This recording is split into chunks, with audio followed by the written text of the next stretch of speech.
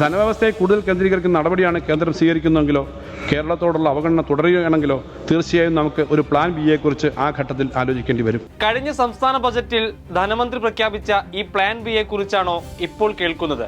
നഷ്ടമായ ജനപിന്തുണ തിരിച്ചുപിടിക്കാൻ ക്ഷേമ പ്രവർത്തനങ്ങളിലൂന്നിയ ഭരണമാകും തുടർന്നുണ്ടാകുകയെന്ന് പിണറായി വിജയൻ പ്രഖ്യാപിച്ചു കഴിഞ്ഞു. മുടങ്ങിയ പെൻഷനും ക്ഷേമ പ്രവർത്തനങ്ങളും പുനരാരംഭിക്കാനും കൂടുതൽ ജനകീയ പദ്ധതികൾ നടപ്പാക്കാനും എവിടെ നിന്നാണ് സർക്കാരിന് പണം?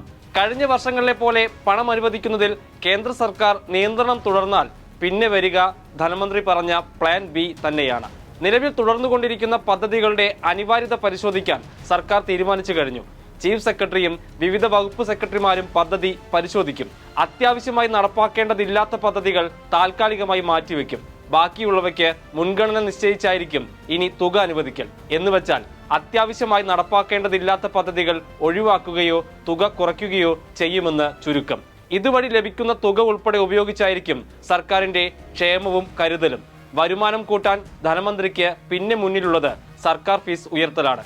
അതാത് വകുപ്പ് സെക്രട്ടറിമാർ തീരുമാനമെടുത്ത് ജൂലൈ 26 മുൻപ് ഉത്തരവിറക്കാനാണ് നിർദ്ദേശം. കൂട്ടത്തിൽ കഴിഞ്ഞ 6 മാസത്തിനിടെ വർദ്ധിപ്പിച്ച ഫീസുകൾ കൂട്ടില്ലെന്ന് മാത്രമാണ് സാധാരണക്കാർക്ക് ആശ്വാസം.